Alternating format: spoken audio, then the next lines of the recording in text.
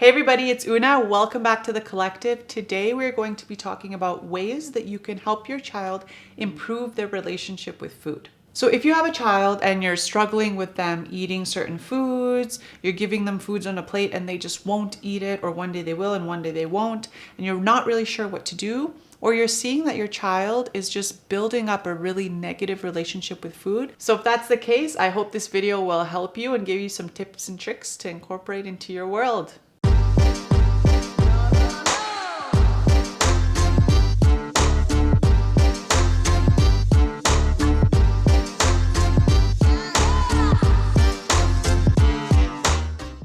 The reason that I feel like having a good relationship with food is so important is that food is all around us. It is a huge part of our life, and it's a huge part of a baby's life.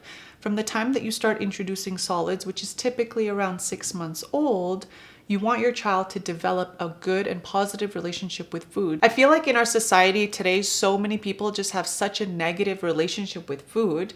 That's not our fault. That's due to the way that we were raised. That's due to our society. That's due to media, TV, all of these sort of things. So it's really up to us to instill these positive emotions towards food and a positive relationship with food for our children so that as they grow older, they're not facing the same sort of problems that we did. Tip number 1, if you're giving your child a type of food on their plate that they're saying that they don't like, that they won't eat, that they never touch, a lot of times parents will just not give that food to their child anymore. And they'll say, my child doesn't like that food.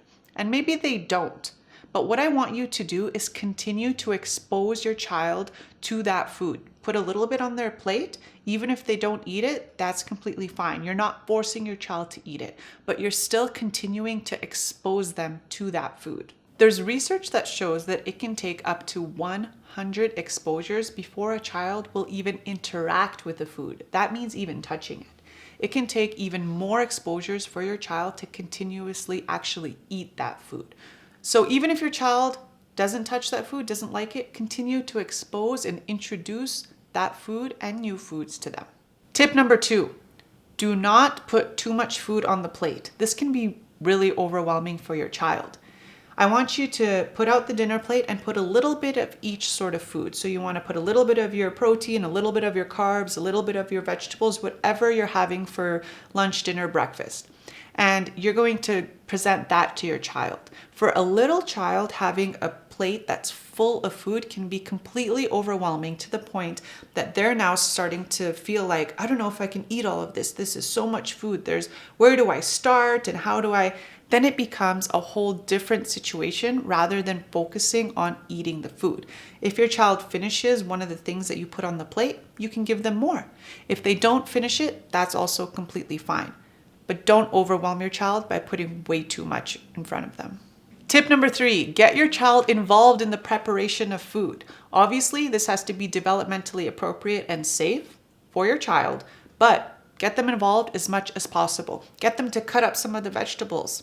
Get them to help you bake, help you cook, stir the batter, or figure out what you're going to eat for dinner or breakfast and all of that sort of stuff. Not only is that helping your child with so many other skills like motor skills, planning, executive functioning, all of that sort of stuff, but it's also helping them with their practical life skills. And if they can be involved in the food that you're preparing, then there's a higher chance that they're going to be willing to also eat that food. And imagine how proud your child is going to be knowing that they helped you make dinner tonight and everyone in the family is enjoying that food. They're going to want to enjoy it as well. A lot of times people think having the child being involved in food preparation is messy.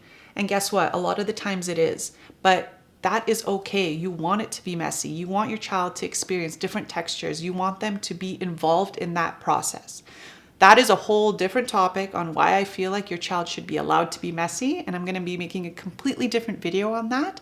But please let your child be involved in the food prep. It's really going to do great things for them. Tip number 4. Do not speak negatively about healthy food and do not glorify treats. And with that, I don't want you using food as a punishment or a reward. So let me just give you a couple examples of how I see this come up in people's lives a lot. So let's say you're going to have a cookie for dessert tonight after dinner.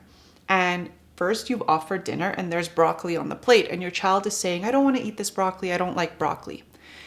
You do not want to say to your child, well, if you finish that broccoli, then you're going to get dessert. If you eat your healthy food, then you're going to get your cookie. Because ultimately what you're doing is you're showing your child that this food is unpreferred. And if they force themselves to eat this healthy food, then they get the glorified food, then they get the cookie. That's the reward.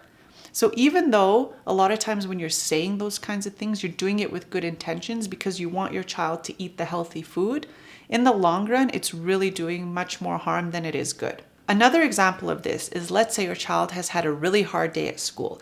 Someone was mean to them, the teacher doesn't like them all of a sudden, they hurt themselves on the playground, and you pick them up and they express all these things to you. And you say, Susie, I know you've had a really hard day. Let's go get an ice cream treat to make you feel better. You're doing this with good intentions, but what you're showing your child is that if they're feeling bad, if they're having a bad day, if they're feeling sad emotions, that they deserve a treat. They deserve to go get an ice cream. They deserve to go eat something. And that is what's going to help them feel better.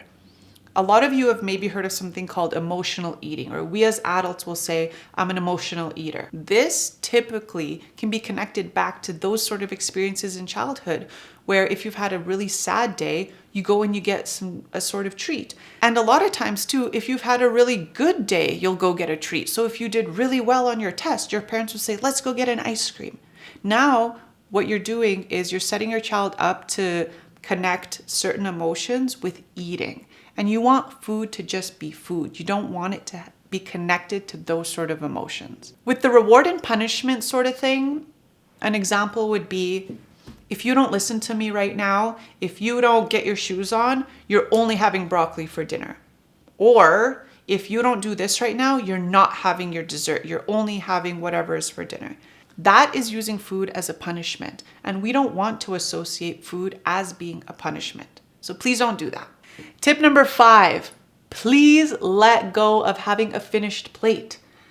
In our society, we're taught that we're given a plate of food and you are done eating and you're full when that plate of food is done. And that is just not true. A lot of times we are actually full way before our plate of food is done. And children recognize this in themselves way quicker than we do as adults. So if you're offering your child a plate of food and they don't finish the whole plate, don't continuously tell them that they need to finish the plate before they can have dessert, or they need to finish the plate of food before they can go play. Please trust that your child knows when they're full. This doesn't mean that now that they get to go eat cookies and ice cream and whatever they want half an hour later because they're still hungry. So yeah, please do not be fixated on your child finishing their plate. They don't always have to. Tip number 6, and to me, the most important tip, model.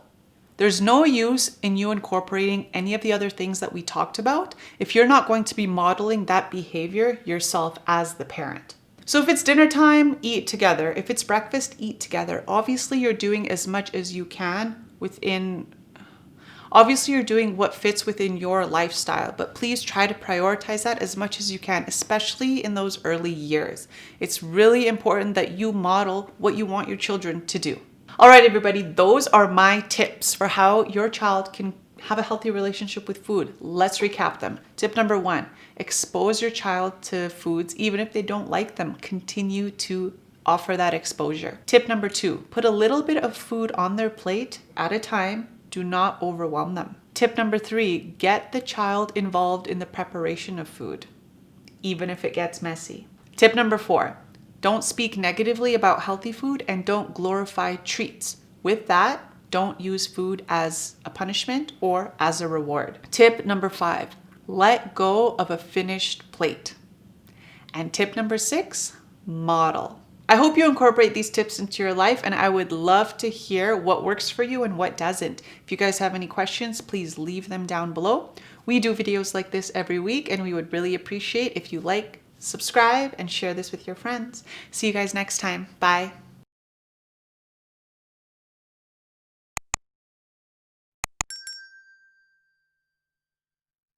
So as they go on to... Bloopers should just be like, you know, That was like so loud.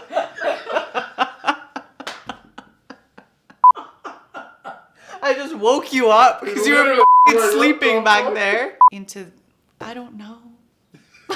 D, don't be giving me random to put in that I haven't talked, that I don't know. People don't want to do what he does, but Susie has a lot of problems. I know, and I always use that name, but what am I doing? Okay. Why am I here? What's Yeah. happening?